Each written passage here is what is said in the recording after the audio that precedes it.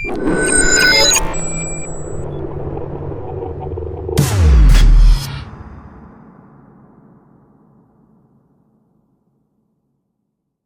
gonna invite our final guest in. Yeah, Pat, Doug, you want to go ahead and give a little preview as to who's going to be joining us tonight? Pat, you want to go ahead and start?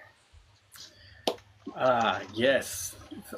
Ladies and gentlemen, a Familia exclusive interview this evening with the former MLW champion, the leader, the founder of the Boomaye Club, the suplex assassin, the hoe thrower, the man of 100+ suplexes, the one, the only Mr. Alex Kane. Alex, you there? I am here. Give me 1 second. Take your time, darling. The fact that you're here, it's like, hey, that's enough.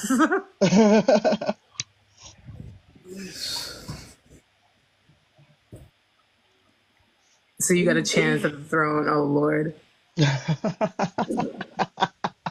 The chat going crazy. I'm just saying, if you merch idea, man, put your face on a Sphinx. Be pretty fire. See, I stopped at that part where I'm. Yes, we can. Hi, Alex. Okay, cool. All right, fellas. So if it's okay with y'all, I'm gonna make our guest of honor the big screen. Of course.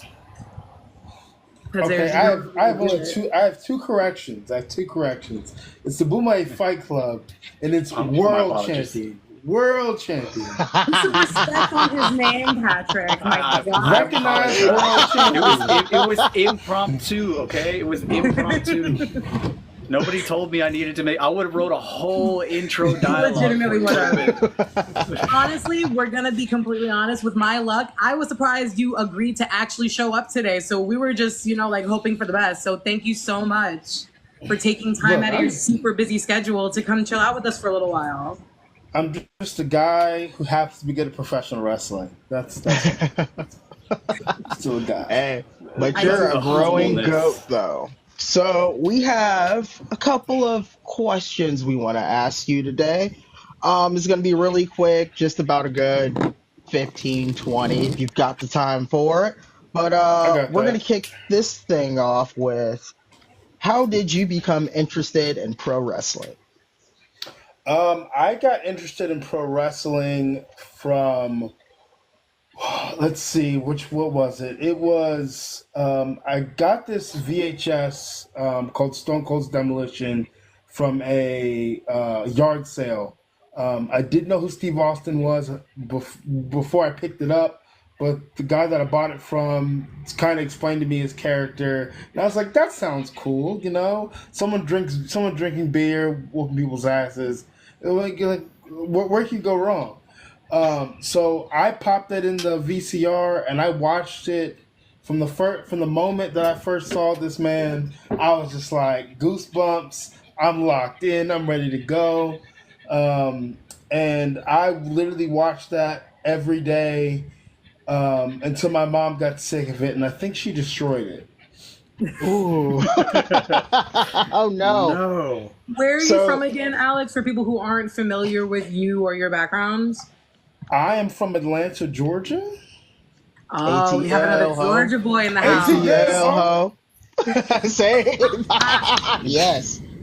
So, to follow up with that question, so we now know how you've gotten into wrestling. What is your favorite era inside wrestling?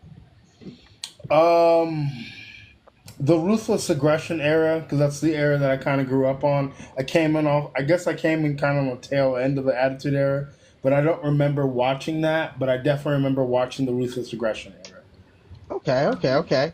So within that Ruthless Aggression era, who's your favorite wrestler? Randy Orton. I wanted to be Randy Orton so bad. Like anytime we did backyard wrestling, anything like that, I was Randy Orton. You couldn't tell me shit. I was Randy Orton. And then Shelton Benjamin came on the scene, and then I switched focus. Shelton Benjamin. But the first wrestler that was my favorite of that era was Randy Orton. All right. All right. I do appreciate that. Doug, do you mind if I take the next one, darling? Go ahead. Go ahead. All right. All right. So, like, so far as a professional wrestler, you've done amazing things. You've traveled a whole bunch of places. And you obviously, for those who have eyes, are a very large physical specimen. Like, you are insane in the ring, ridiculously strong. And it could be simplistic for you to just love the physical aspect of the sport, but do you prefer the physicality of it all? Or do you prefer the storyline aspect when it comes to professional wrestling? Now I prefer the storyline aspect of professional wrestling. When I first started, it was about the physicality. But once you learn that the storyline aspect of wrestling from as a wrestler makes wrestling so much easier, you start to prefer, telling stories over just, beating the shit out of each other. Also, it keeps a couple of years on your life. Yeah, exactly. Just a little bit. Patrick, you got a question for Alex, darling? I'm going to kind of pivot to more modern day in your career. I know last year you went on basically in less than a month, in about 2.5 weeks, you had 2 successful title defenses against Matt Cardona and Jacob Fatu. Like, those names being so prominent in the wrestling industry, of course, Jacob now in WWE, but his killer run on the indies, and Matt doing his thing in WWE, and now doing his thing in the indie scene. Did you get any words of wisdom, any kind of advice from any of them when working with them? Jacob was always cool. He was never really one to like drop like knowledge or anything like that, but he always just told me to just do good business. Don't finish out your contract, do all the things that you need to do, don't do bad business. Cardona really didn't say much as far as he gave me the compliment of, you have something. I don't know what it is yet, but you have something special here, and you just need to continue to tap into that. But I think with Cardona, I think he was already frustrated with everything going on. I guess in like the business sense of what was going on with MLW and him.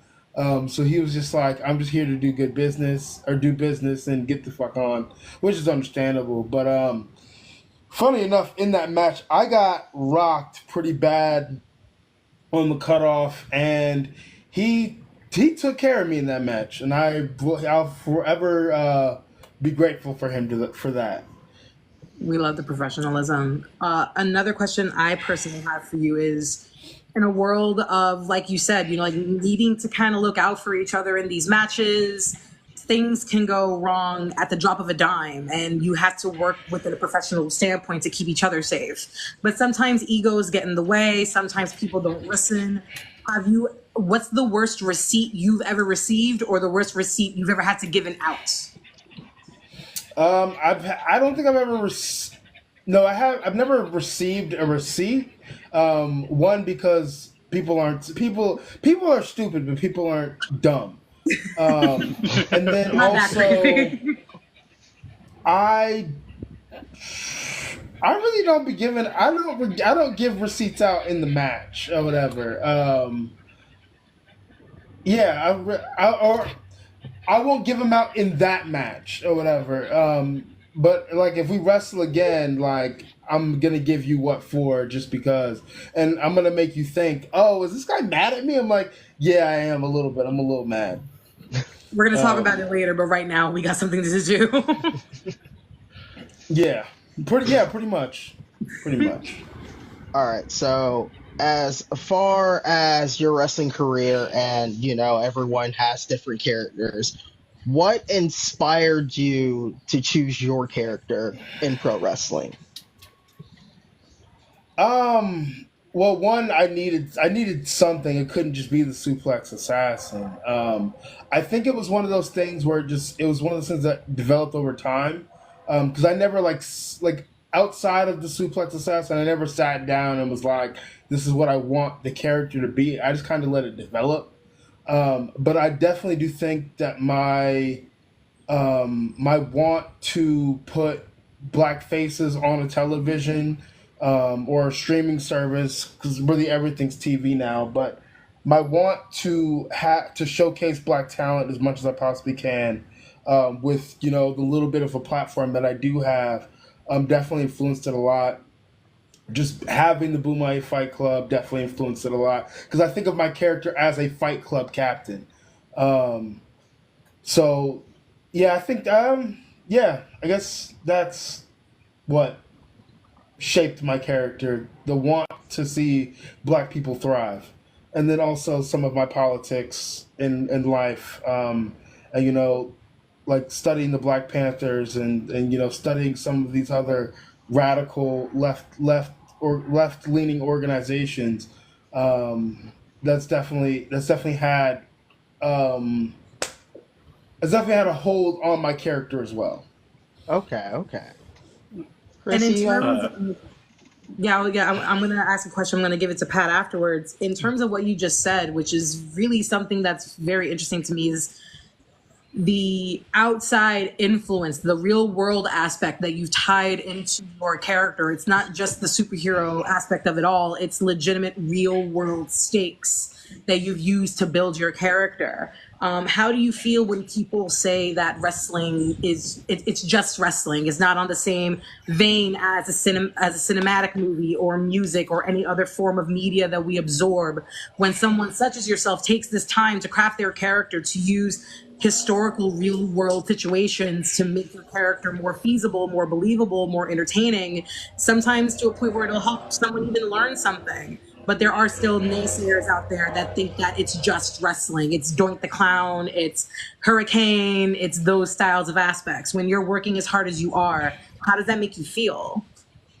Um, I think those people are stupid. Even if bringing up the hurricane, you think that the hurricane is a joke or whatever, but like superheroes are inherently political anyway.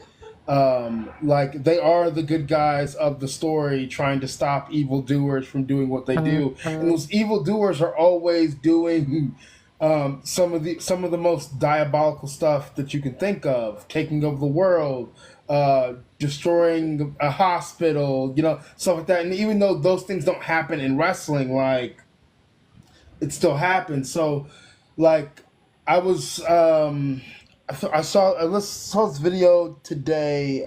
This lady was quoting James Baldwin, and I'm not gonna try to say it word for word. I'm just kind of got to paraphrase, but like art is inherently political.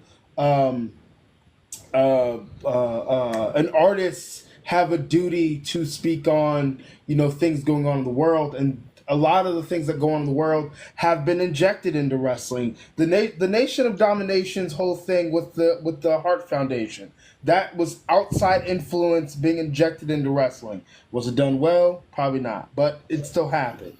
Um, uh, what is Booker T and Triple H, that entire story was outside in things that go on in the outside world happening in wrestling. People, Triple H saying people like you don't become world champion. Like that's not just oh, this is a wrestling storyline. Like no, this is real. This is meant to make you feel something. Uh, um, and it's also meant to make you feel uncomfortable. Um, so like things from the outside world get injected into wrestling every day. We exist in the world. Like wrestling isn't happening in a vacuum where everything going on outside in the real world isn't affecting wrestling. Like it's intertwined. It's very intertwined. We want it to be. We would love for those two things to be separate, but they're just not. And we can continue to pretend that they're not intertwined, but they are intertwined. I like that. I like that. Patrick, it's you, baby. Yeah, so I found you and started following you, Alex, through TikTok. And you were actually one of the first professional wrestlers that I saw that was actually building their brand through TikTok. And now you see a lot of AEW superstars, WWE superstars, and members of MLW doing TikTok, kind of promoting themselves like that. But you were really one of the first people I saw doing it. Was that a conscious decision, like you were trying to build your name from TikTok, or was it just kind of something you picked up as a hobby and it kind of moved on from there? Because, I mean, again, that's where I found you, and ever since finding you, I've been following you ever since. Not really. Like, I never set out to be like, I'm gonna get famous on TikTok. I just wanted a place to where I could be myself, interact with people who have, similar views to me, or, and also like learn something. There's so much to learn here on TikTok. Me promoting my brand and stuff like that is just a plus. But it was never like, oh, let me go to TikTok and like build my brand or something like that. Nah, it's just a place for me to have fun, talk to like-minded people, learn some things, and have a good time. Well, we're very lucky that you decided to find us entertaining enough to hang out with tonight. So thank you so much for that. All right, Doug, it's you, babe. So, what are your future goals in wrestling? And then, is there any future opponents out there you would love to face with if you haven't already? I want to wrestle Jeff Cobb. Me and him have talked about it a few times. Please let it happen. Please. when I've been in his presence, because I think he was there like my second or third taping. They were doing some kind of like cage match, but I was like, "Yo, when are we gonna wrestle?" He's like, "When somebody books it." I was like, "Okay, we gotta get somebody to book it." Will Hobbs. One, because everybody says that we look alike. Two, because I got to meet him at Wale Mania. And like, I mean, he gave me his number and told me I could hit him up for anything, but he really doesn't answer his phone often at all. I guess it's because he's just super busy. But I think that would be a fun match to have. And then my goals is winning the world title again. Hopefully winning the world tag titles with Mr. Thomas, winning the Opera Cup if I can beat Thomas on Saturday, or I mean, technically it already happened or whatever, but you'll see it play out on Saturday. It's on YouTube. It's free. I think it's at like 10 p.m. But if I win that match, hopefully winning the Opera Cup, because there's definitely some things in MLW, there's a lot of things in MLW that I still want to do, and a lot of matches that I want to have, and there's still some stories that can be told. So yeah, like just finishing out MLW. I'm not gonna speak too much in the future. Finishing out MLW the strongest I possibly can. No spoilers, we promise, and we're gonna make sure that we clip this segment so we can put it out into the ether so we can get you that match. Just share it as much as possible so we can try and get you that match. My next question for you is, with everything going on, like where you are now, the success that you're having, the eventual success you're going to have because you're just too good to not succeed, who has been like implemental to your like where you are now? Like who has played the biggest part? Like certain people have family involved, certain people have chosen family involved, especially as you said, with the views that you hold and who you are as a person. Who has stayed beside you and has played a big part in what you feel like is your success today? It's kind of like it takes a village. My wife,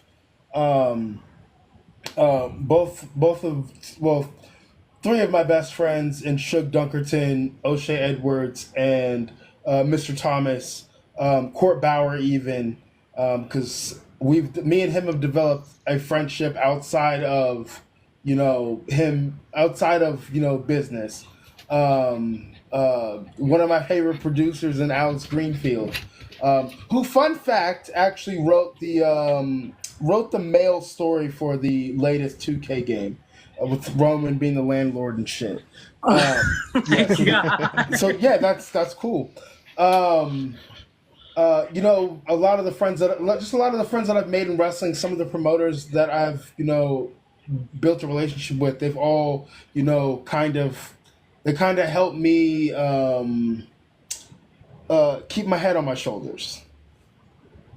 We love a good support system. Does that answer your question? Oh no, yeah, that was Sometimes I perfect. ramble. No, trust me. And this is from a personal thing. We all have ADHD here, so we all ramble. So you're fine. We're all a little neurospicy brain here. And You're all good. I'm high functioning. Yeah. I got lucky enough to awful. find these incredible, crazy people on the internet. And they tell you to avoid strangers on the internet. And what did I do? I started a faction. So I might be a little the wrong person to ask, but sometimes it's the people that you find that support you the most than the ones that you're born into. And speaking from personal experience, it's the best thing I've ever done. So if legitimately who you have are people that you found throughout your career and throughout your life that are the ones that stay and the ones that matter, that's all that matters. As long as you're happy and they're taking care of you, that's what it means in the end. Yeah, like I have three brothers and a sister. My dad and my mom, they're all pretty much everybody in my family is extremely supportive of my wrestling career. They come to shows when they can. They try to make sure they can come to all the MLW shows that are around, especially the ones in Atlanta. So yeah, I think pretty much my immediate family, my wife, my wife's friends, the friends that I've made in wrestling. It's the support that I have. That's what helps me, stay afloat and not do anything stupid. Yeah, sometimes you need that pushback. Sometimes you need that, like, hey, maybe don't send that tweet at 2 a.m. Maybe not that one.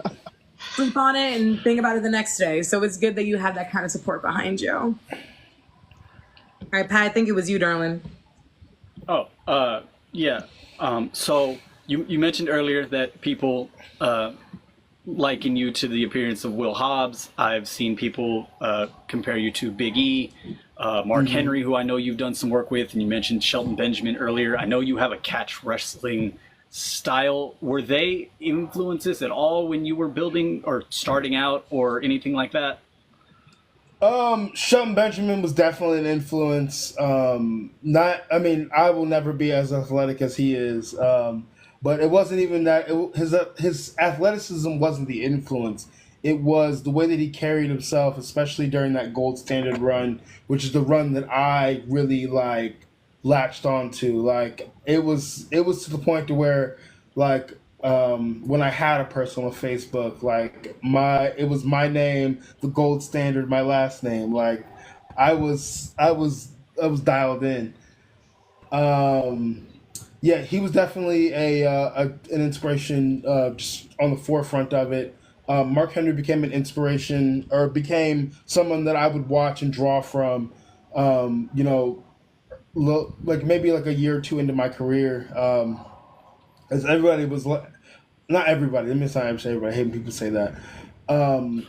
One of the guys that kind of, discovered me in a way. His name is Dylan Hales. He always told me to work like Mark Henry. I mean, I don't work like Mark Henry, but there are matches and stuff like that I do have where I lean more toward that. But just the way that he works, there's no wasted motion, and it's all intensity. As far Big E, I definitely have. I've taken some moves and some spots and stuff from him, and yeah. Will, I try not to take anything from Will or do anything like Will. The comparisons used to bother me, but when I actually met him and saw how cool of a dude he is, I was just like, okay, whatever. We're twins now. He called me. He said we were twins, so we're twins. Yeah, exactly. Tell him no after that. No. How do you tell him no? I'm just a smaller version of him. It's all good. Go ahead, Doug. So, a non-wrestling related question. What are some things you like to do out? He's like, don't get to learn me as a person. So, what are some things you like to do outside of wrestling? Well, since I'm a new I guess I'm a new pew pew owner, so I like to go to the range. I enjoy that. It's therapeutic, I guess. Um, I like to watch shows with my wife. Before I got on here, we were watching. I think it's either the newest season of Married at First Sight or the second to newest season of Married at First Sight. You love a good reality show. Nothing like trash Yeah, reality TV. Listen, trash reality TV is great. it's where it's at. When I can, I like to play video games. I'm playing the first Descendant. Well, I'm struggling through it, but I'm playing it. Oh, I love that game. I love that game. Yeah. What else do I like to do? I think that's about it. Everything else is wrestling. Okay. All That's right. fair. To try and tie in media into your wrestling career, the way I personally see it, like you can learn a lot about a wrestler by their music choices and their gear choices, especially when it's personally associated with them. Obviously, you have a gorgeous set of headphones on you now, so you take your audio listening very seriously. What do you listen to when you need to get like ready, either before a match or when you need to train or when you just need to clear your head? Hard day, like what are your top go-tos? I mean, honestly, my playlist. I mean, my playlist is on my phone, but my playlist is filled with. I hate when people say just about anything, but I mean, I guess the only things that aren't on my playlist are like super, super old school hip hop, and it's not because I don't like it. It's just not. When I listen to music, I'm at the gym most of the time, or I'm going into a match. So like it's a lot of like the newer music, like Key Glock, Young Dolph, Lil Tecca. What is this? There's this other lady's name, and I can't remember. Lots of Flo Milli, lots of Lotto, a little bit of Cardi B. From a hip hop sense, a good mixture of a lot of things, and then also both of my theme songs are on my playlist, and I like to listen to those while I'm training. Obviously. And then Shelton Benjamin's theme song, the gold standard one. I listen to it before every match I have. Ain't no stopping me. No. It's a banger. I love that. I also love that the playlist is just lit all the time. It's just up all the time. I love the energy of everything you just said. I So you've worked in various. Hold on. Somebody just said in the comments they didn't know I was Kevin Hart. I don't understand why people say that. I don't see it personally. I do not see Kevin Hart in anywhere here. I don't get it. No offense to the person that said it. It's genuine. Who brought in pressure applied? Whose boy is this? It's Not my friend. Generally always the melanin deficient that call me, that say I look like Kevin Hart, but it is what it is. All right. No hate, all love. So I mean, also, I feel like the height difference alone would kind of knock you out of the Kevin Park at that point, like Kevin Hart Park at that point. Yeah. There's a solid foot at least. Yeah. So, you've worked in various wrestling promotions. So, what is it like to work in different various promotions, and do they have a different style, and how do you adapt to it as you're working in different promotions? No, not really. The only difference in style really is from wrestler to wrestler, and even that isn't that, that big of a thing. Professional wrestling is professional wrestling. Whether it's because I'm a proponent of there's always a story being told. Whether it can be a really, really good story, really, really good engaging story, or it can be a story of who can do whatever better. That's why I don't. I've never been one to shit on the really spotty matches and stuff like that. Because to me, I feel like that's a game of one-upsmanship, or I was thinking about this earlier this week. It's like having a trick shot competition but in a wrestling ring or whatever. Who can do the cooler spot or whatever. So like from promotion to promotion, I think the only thing that really changes is maybe whether this promotion is going to tell stories or we're just going to have, super card shows or whatever. We're just putting together like really, really dope matches. But I mean, I thoroughly enjoy it. I mean, I'm booked pretty heavily this year, but I'd like to be booked even heavier. So if you have promotions in your city, in your town that you would like to see Alex Kane come to, you can go ahead and slide my name to somebody who got money. Got you. Got you. Definitely. Get the push, babe. Honestly, like, might as well. So, who is your absolute toughest opponent, and what made those matches stand out from the rest of the matches you've had in your career? If you've looked at any of my catalog of wrestling, who do you think it is? Jacob Fatu, hands down. Yeah. Exactly. Jacob Fatu. I didn't want to go with the easy answer, but it just seemed kind of obvious. So that match was tough. One, because it was damn near an hour.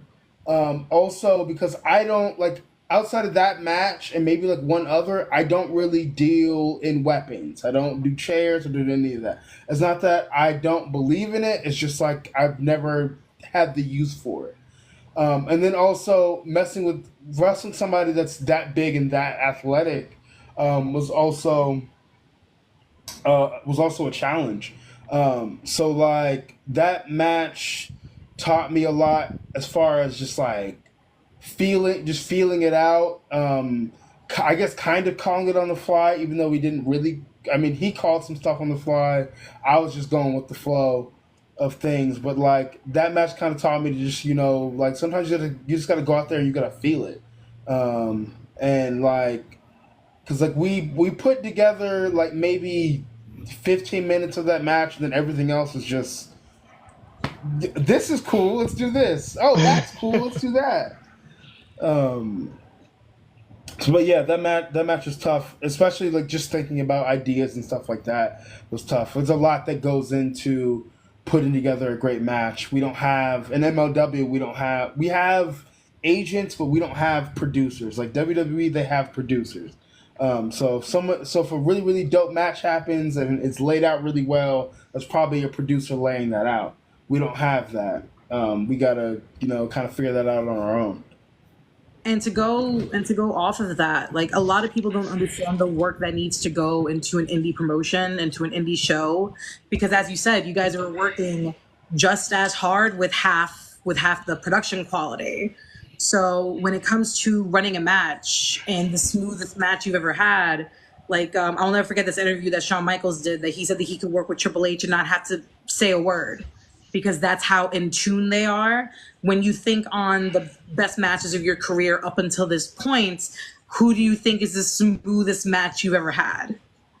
Not in terms of like outside like visual quality, but just like the work rate itself.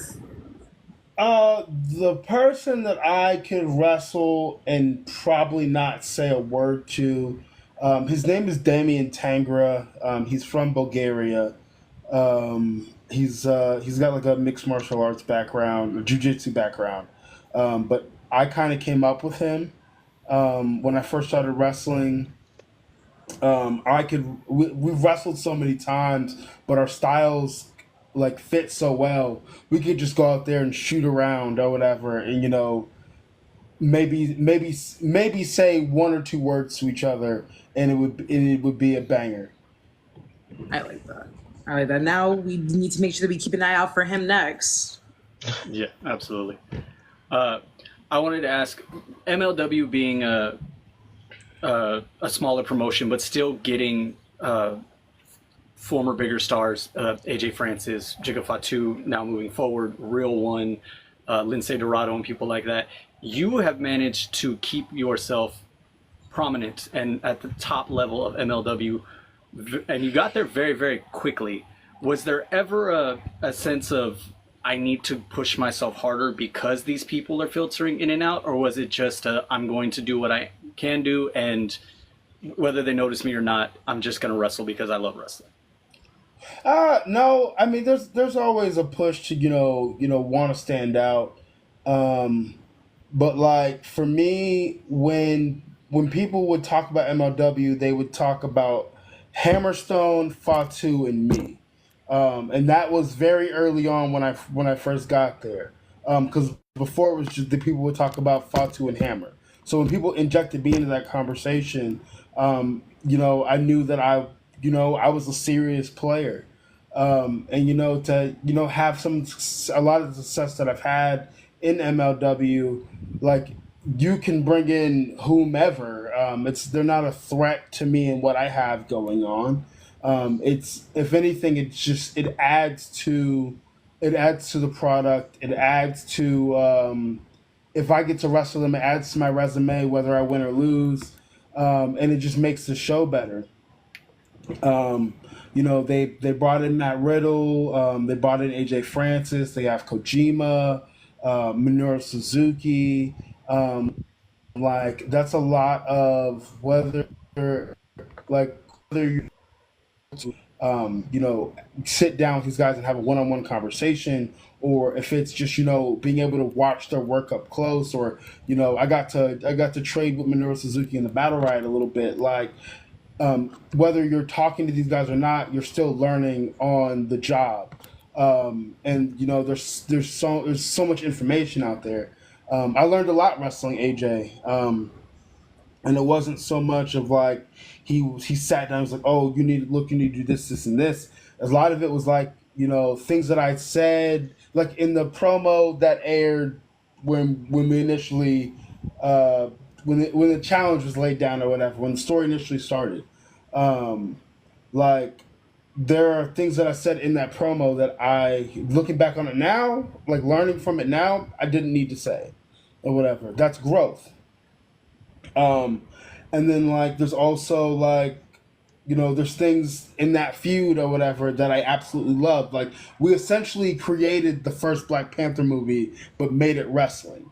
If you go back and watch the entire thing, it's that movie. So it was a chance to have a really, really dope moment. That throne match was a really dope match, really dope concept. And it was also a way to give, Effie and Peril their flowers. So if you don't know who Effie is, educate yourself, please. I'm very familiar with that. As you should be. As you should be. It was a way to, give them their flowers, since I think they were the first people to do it. And it's just, a way for, people to see different matches. One thing that they always say in MLW is, it's hybrid wrestling. It's styles make fights. And there's a lot of different styles in MLW, a lot of different backgrounds. So yeah, I'm absolutely glad that they keep bringing these guys in, but I'm also able to, I'm also on the same level as a lot of these guys. All right, go Doug. All right, so how do you approach in-ring psychology to tell a compelling story? And can you discuss the importance of psychology in a wrestling match? Goddamn, what? Shit. You came prepared, man. Repeat your question. Your question. Small one. Says it's late. He's tired. No, it's not even that. Go ahead. How do you approach in-ring psychology to tell a compelling story, and what is the importance of in-ring psychology within the match? I mean, psychology is the reason why we do anything. It's the reason why we sell. It's the reason why, you'll do certain things at a certain point in the match. And it's also, it makes being able to follow a match a lot easier. I mean, all wrestling psychology is making shit make sense. That's what it really comes down to, is making shit make sense. So if I'm wrestling, like what I should have done when I wrestled Kojima was I attacked his arm. Never mind, I attacked his arm. So if I'm wrestling Kojima or somebody who's whose finish is a fucking lariat or whatever. The thing that makes sense is to damage this arm. So even if he does throw it, he's not gonna be able to get all of it. He's gonna have to do it a few times, or whatever, to equal the same as the one if it was at full strength. So I guess, Jesus Christ. I know I'm explaining this. I know I'm explaining this the way it needs to be explained, but sometimes I just be like, damn, am I really saying this right? No, it makes sense. It makes sense.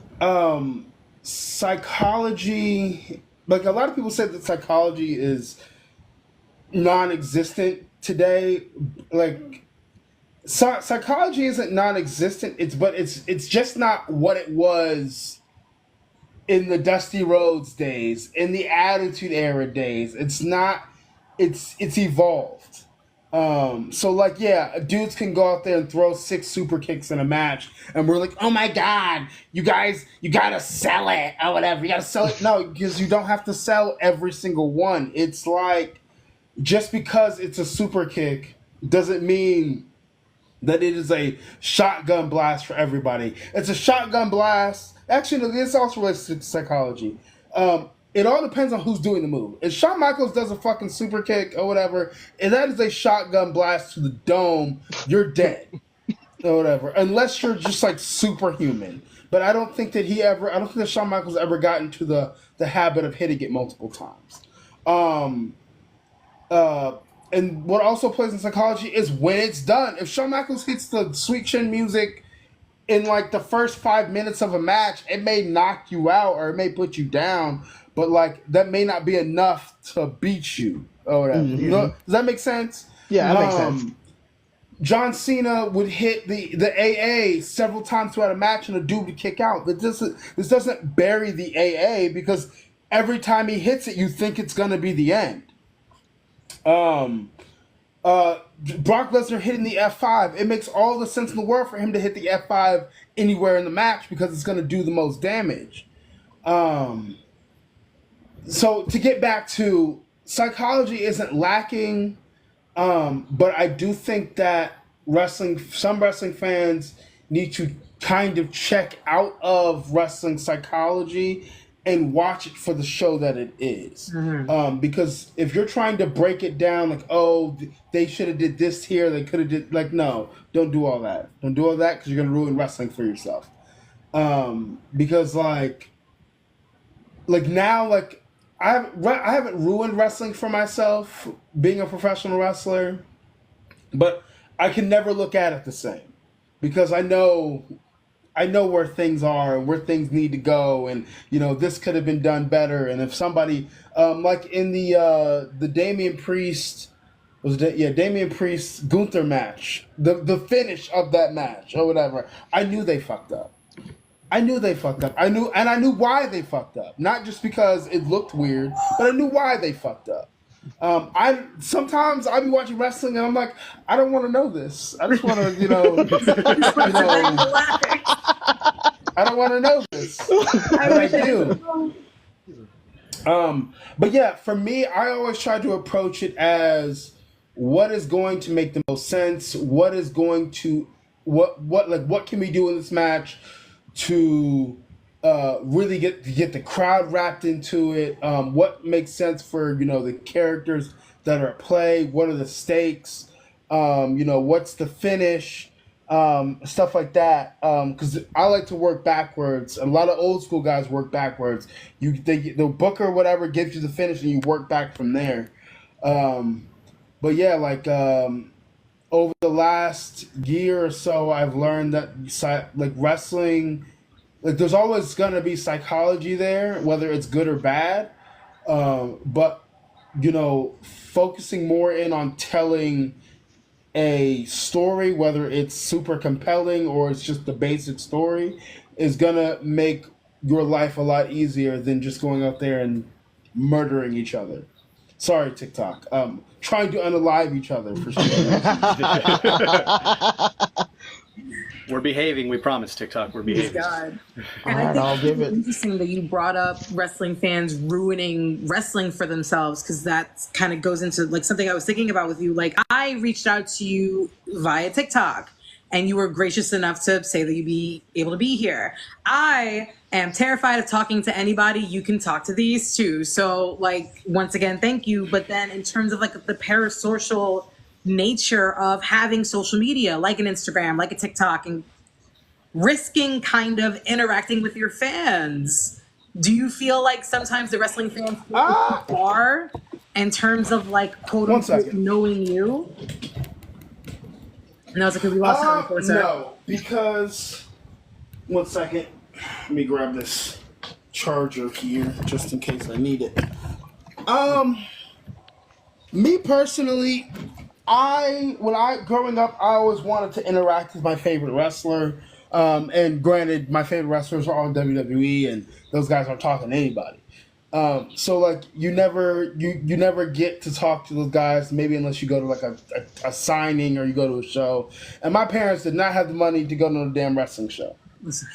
So you never got to interact with them. With social media, you do have those parasocial relationships, and people think that they know who you are, and they talk to you any kind of way or talk about you any kind of way. And there's definitely are some of those.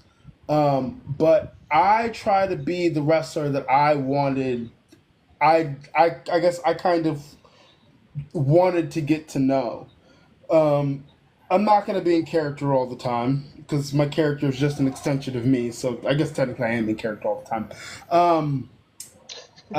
So when it comes to building, I guess like having fans and stuff, I look at it less of like you guys being fans. I mean, you can be a fan of my work, sure, but I feel like it's better to try to build community.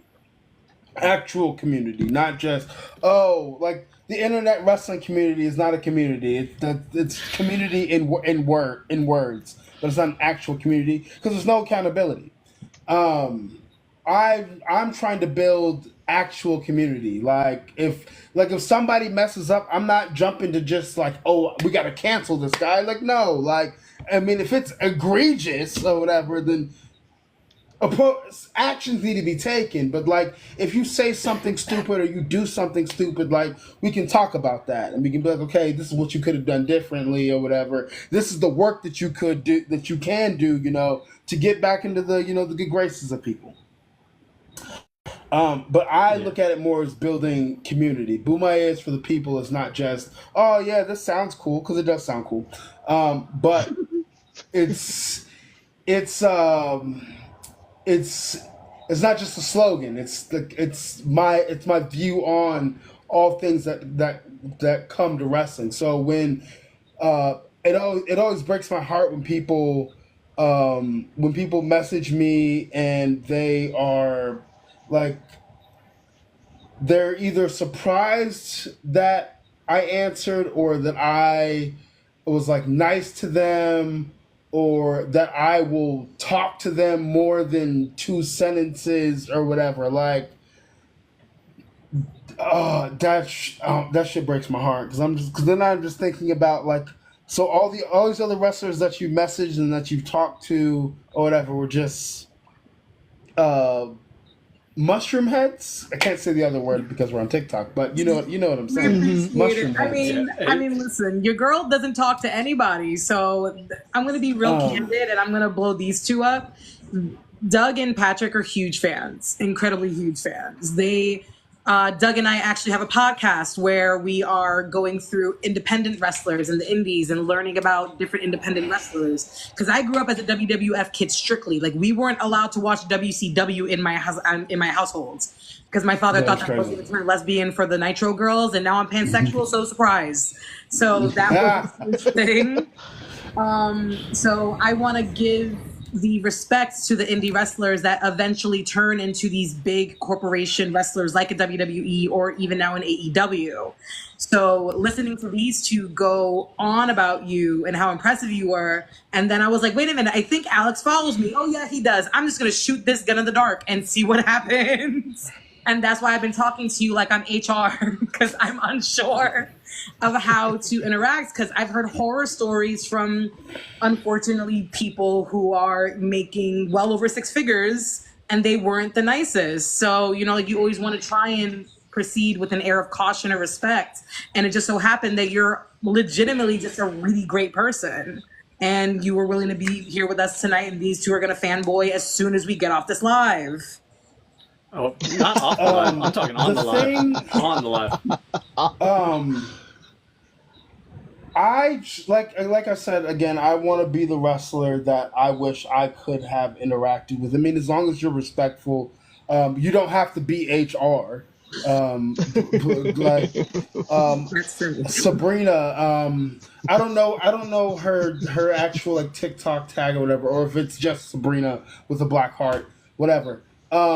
Like at first, I think you know I went on her and MJ's podcast, and you know we do all the fun podcast stuff, but like over time, like I'll send her TikToks or whatever, and like I'll send people TikToks that kind of line up with my worldview, whether it be you know something political or it be you know something that's just funny, and like that for me, that's my test to see. Okay, am I going to get along with this person, or is this just going to be a person that is, you know, that just exists, or that just follows me? Shane is another one. Like I remember I sent her a TikTok about something that was political, and when I sent, I was like, "Damn, bro! I hope she don't say it. I hope she, damn, this is not going to be good." But when she responded, I was like. The response that she gave me was like, oh, okay, so we are on the same page. So like it's for me, thankfully, I've been able to cultivate a community of people who like it's not some weird group think shit, but it's like we're all on the same page. Like we're all fucking like either good and or decent human beings. We all care about other people in the world, not just ourselves. So like if a fan does message me or whatever, I am gonna test those waters. But like if you pass the test or whatever, you know, we can talk about pretty much anything. I love that. Yeah. I'll stop being HR in the DMs. And she's totally right about, or at least from my personal standpoint, fanboying. I remember very specifically, I had made a video, and I'm kind of known for calling out people on their bullshit. And you had commented on it on the guy I was talking about. You just put, "I'm a suplex that guy," and you followed me immediately after. And I am getting my sons. I mean, they're wrestling fans now, but I'm continuously getting them more into wrestling. And I had shown them your work. And so when you followed me, I immediately ran to my son's rooms. And I was like, "Alex Kane followed me on TikTok." And now they like think I'm famous. And I was like, "I'm not, but it's still really cool that Alex followed me."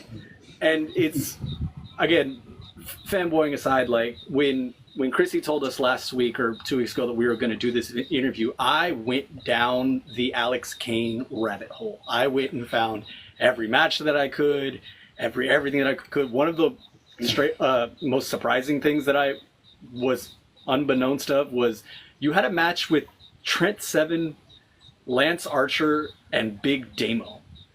Those are three very, very large men. And I just wanted to ask, like, men, obviously you spoke on the physicality against Jacob, but against three men of that size, like, is there any kind of intimidation going into that kind of match? Doing the laggy thing. It was lagging. Oh, I'm sorry. I apologize. I don't know. I mean, either you're going to repeat yourself or not, but that match, the thing that sucked about that match, like, was great about that match was wrestling Trent Seven. Trent Seven is brilliant when it comes to professional wrestling. He is absolutely brilliant. Really, really cool guy. The thing that sucked about that match was I think I was getting over like a stomach bug or something like that. Like I wasn't contagious anymore, but I was still dealing with like the gastrointestinal issues or whatever. So that entire match, I'm just trying not to like sharp myself the entire fucking time. That shit was, oh my god, that was the worst experience, worst but best experience ever. But it was a lot of fun. But yeah, man. Before I lag, like when I see you guys on TikTok, when I saw your video, I'm like, oh shit, somebody else that's into fucking wrestling. I wonder if they know who I am. That's always my thought. I wonder if they watch MLW. I wonder if they know who I am or whatever. And you know, sometimes you'll follow somebody, and you'll get a follow back, and you know, you'll see their videos, you'll comment all that other stuff. Then other times, either people don't know who you are, people aren't interested in knowing who you are and stuff like that. That sucks. But when you do find those people, because like no matter how big of an account I do grow, or how famous I get, or where I get signed, or where I go, I'm still gonna be the same person. Because I would hate to be, I would hate to know somebody like me, or know a wrestler like me that's all cool and stuff or whatever. At one point, once they get signed to the bigger places or whatever, they just switch it up. Because I have friends in wrestling that do the same shit. They'll get signed and they just stop talking to everybody. I think this shit's very weird. So I'm always gonna be this guy no matter what. And I will pinky promise all of you on this live. I will be this guy, you know, no matter what, because as my partner Thomas puts it, you're just a real ass dude. You really are. I think you said in a video one time of mine, or you commented on a video that you said I had nice hair. I was like, that's nice. That's awesome. Thank you. I appreciate it. All right, so this is going to be my last question. So, so what makes a great wrestling promo? So I have a prediction battle going on with Miss Chrissy Tina up here, and I'm trying to construct a really good promo that gets the people invested. Kind of like your promos when you are just in that zone and you're just ready to go. How do you construct a very motivational, fired up promo? Things that you can't do is it's almost like battle rap, or like rapping in general, like freestyle. You can't try to snap. You can't try to snap on the promo. Snapping on the promo just has to happen. But it has to start somewhere and it has to build somewhere. And it needs to end where that high point is. Before I fully answer your question, this also comes back to wrestling psychology, because a promo is a lot like a match or whatever. You start you start somewhere, whatever. You build the interest to it. You tell the story. You get to the high point. You go home on the high point. Wherever the high point is where you go home. A lot of the times as wrestlers, we don't go home at the high point. We get to the super high point, we get this really big pop or whatever, and then we just keep fucking going. But we try to get back to the high point, and 9.5 times out of 10, you're never getting back to that high point. So start it, don't try to tell the entire story of what's going on in this one promo, because you want to keep it to about a minute at the most, a minute to 90 seconds. But a minute is really the sweet spot. You want to get to the point. You want to get to the point as quickly as possible. You can get to the point within the first 30, within the not first. You can get to the point in the first 20 seconds or whatever. Then you have the rest of that time or whatever to, jazz it up, spice it up, or whatever. But like, fuck, where am I going? It's a promo is the structure of a fucking match. You got your shine, you got actually no, it's not even that. I don't know why I gotta stop telling people that. How do I put this? Fuck, I'm sorry. You're good, Alex. Take your time. Okay, so you want to start somewhere. You want to build the interest in the promo. So whatever the actually, you know what? Fuck this. Fuck this. Sorry, TikTok. What I do for myself personally is I give myself bullet points. You know, who the person is, what their character is, you know, what's the match, what's the story of the match. Maybe one more, and then my outline. My outline is either going to be you about to get all this work. That's on Boomaye. Those are probably my two go to outlines there to finish the promo. And then just do for me to do a really good promo, or not so much. It takes me maybe a take or two. Right now, now it only takes like once or twice to get fired up. But before, it took me like 6 or 7 times to really get the fucking energy and the juices flowing. So do a few takes of that promo before you know, publish it, send it, post it, whatever, or like actually do it like on camera. What else? Listen to some music, some aggressive music that you like. I like listening to fucking Polo Boy Nunu. Anything that he puts out, because it's all very aggressive and it makes you want to walk up and slap somebody. That's why I listen to techno. And then yeah, exactly. That's good. That's good promo before promo music to listen to. There was one other thing. I'm taking the same notes Doug is, honestly, at this point. Damn, I can't think of it right now. Shit, it'll come back to me. I mean, you have me in the DMs. You could just tell me, and I'll tell the others. Honestly, I need it. I need the help. Patrick, final question of the night.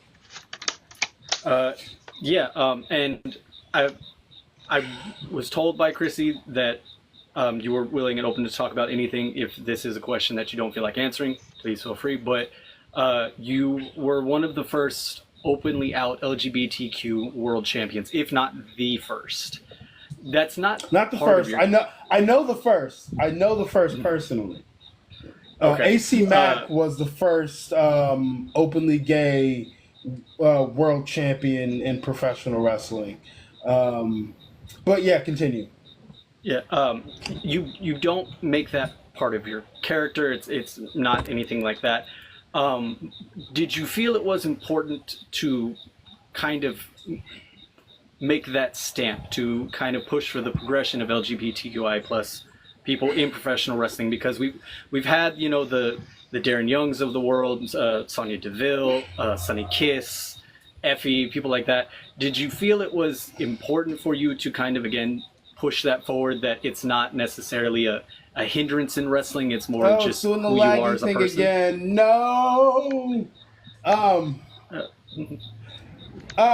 Yeah, it's just as important as, to me, as, you know, being pro-black. You know, like it's who I am, and there are fans that watch me, and you know, maybe they're not too sure of themselves, or maybe they're, you know, maybe in that curious stage, but they see me and they're like, oh, this guy's out and proud or whatever, you know, he's not hiding himself. Like, maybe I don't need to hide myself. Maybe I can, you know, be as bold as Alex Kane is being. So yeah, like it's definitely very, very important to me. And then also just from it always comes back to politics with me, but from a political standpoint or whatever, we see what's going on in the world. We see the craziness and stuff going on. Like, it's going to affect me. It's also going to affect anybody else that's in this community, in that community. So yeah. It is extremely important, and I will always rep, and I will always, you know, try to, I don't know, put it out there. But like you said, I don't. It's not a feature of my character. It's not something that, I have plastered everywhere. And like a lot of people will say, "Oh, it's no one's business." It's people's business or whatever because I'm a public figure. But I don't want anybody to, people will try to use it against you, and I don't want anybody trying to use it against me. Because then I'm gonna have to dump them on the domes on concrete. We don't want that. Real quick, just one offshoot question before Chrissy gives the last question. Why'd you decide to ditch the mohawk, brother? So the mohawk that was on my head it needed to be cut off. It was crooked, it was uneven, and even looking in the mirror, I could, if I look down like this at the mirror or whatever, I could see it and it looked straight. But anytime I put my head up like this and I look at it, it looked off. And it was getting narrower and narrower, and I just need to cut it off. And then also I want to try something different. I'm trying to grow an afro. We're getting there. Okay. Yeah. I might even braid it now that I think about it. Ooh. Lock it up. You're gonna look good no matter what. You're blessed to have a gorgeous face, so you're gonna look good no matter what. Thank you very much. Absolutely. I will not be locking my hair up because that takes patience and dedication that I do not have for hair. Honestly, understandable. there. And my final question for you tonight, once again, first of all, before we go into the end of everything, thank you, Alex, for just being here with us and hanging out with us and just letting me learn more about you and letting the others learn more about you too. And like you were saying, in terms of representation, it's very important. And being someone who never saw herself in wrestling, because wrestling didn't really love women when I was growing up. It was a lot of bra and panties matches, a lot of women not being able to break through the glass ceiling. And now I'm seeing women main event major pay-per-views, and there's young girls that are the ages that I was watching wrestling during my major developmental years, having hope that they'll be accepted into this industry. For someone such as yourself that had, not exact support growing up, and now the people around you are very supportive of what you're doing.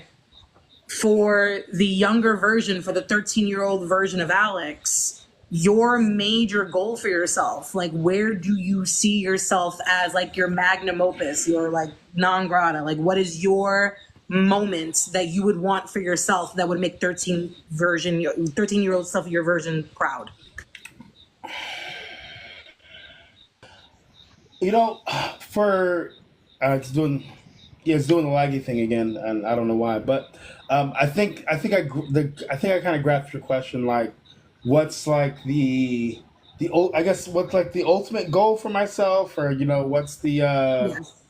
what would be the pinnacle of my career? I guess.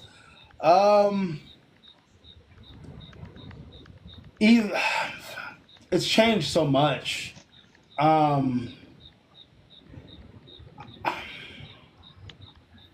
What would it be? I mean, I guess there's a few. I want to at some point I would like to wrestle in Japan. That's definitely up there. That would be a pinnacle of my career.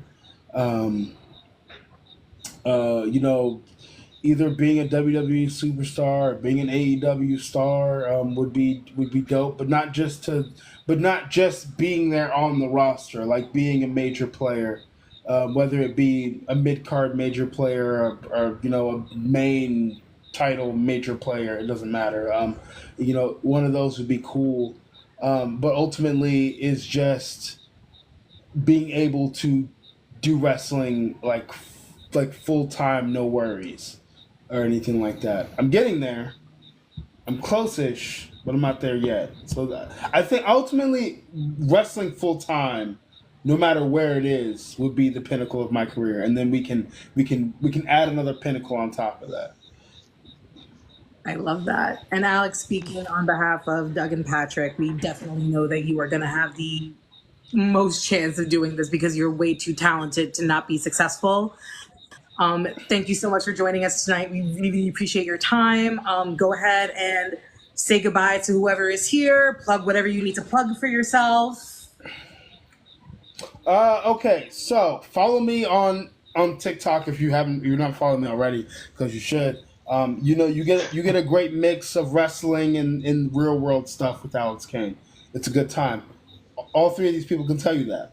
Follow me on Twitter at my Twitter is actually the same as my handle on TikTok. Follow me there because it's essentially the same stuff but more wrestling. I have a YouTube channel, but let me see if it has a special name or not, because I don't think it does.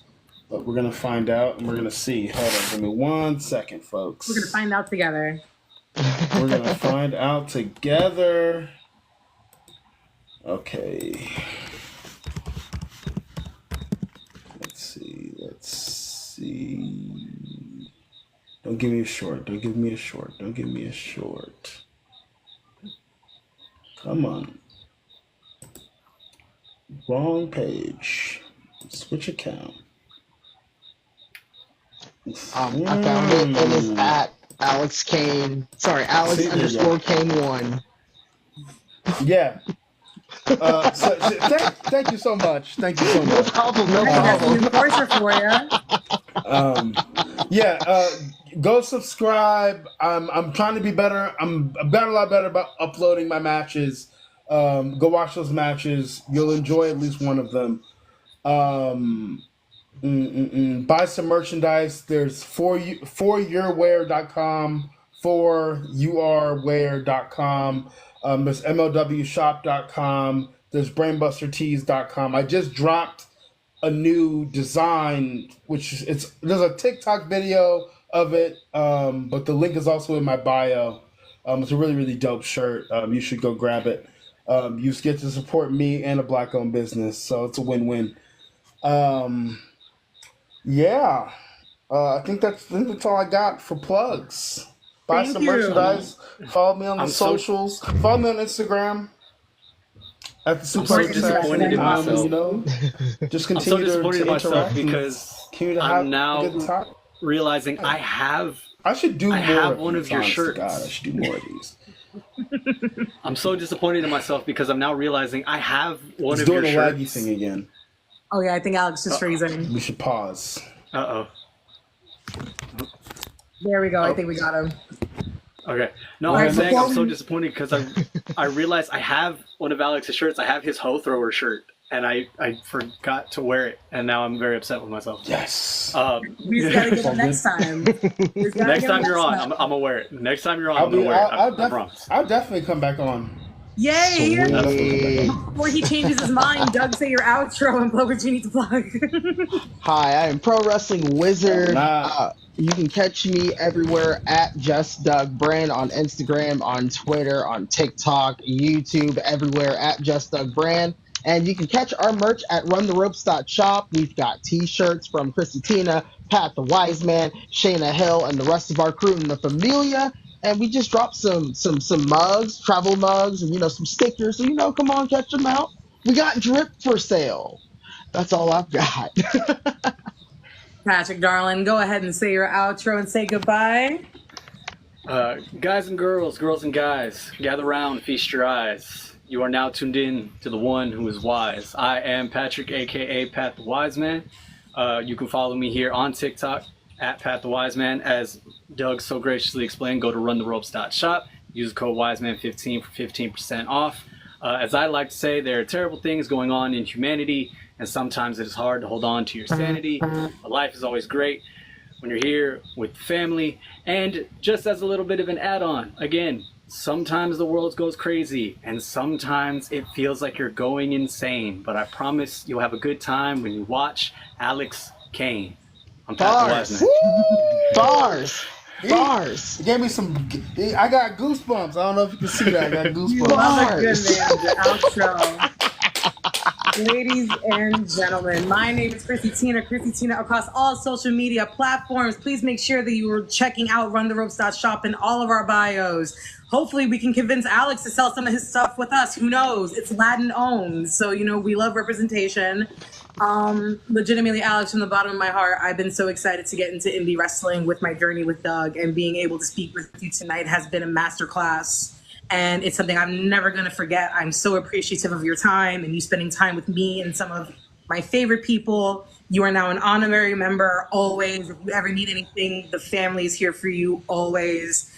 And yeah, make sure that you're checking us out on Saturdays, 9 p.m. Eastern Standard Time, where me and my ridiculously handsome co-host Patrick watch NXT Rewinds. Because, you know, sometimes life fucking sucks, but it's a little bit better when you have friends and family around you. But don't forget, you can't always trust your friends, but you can always trust your family.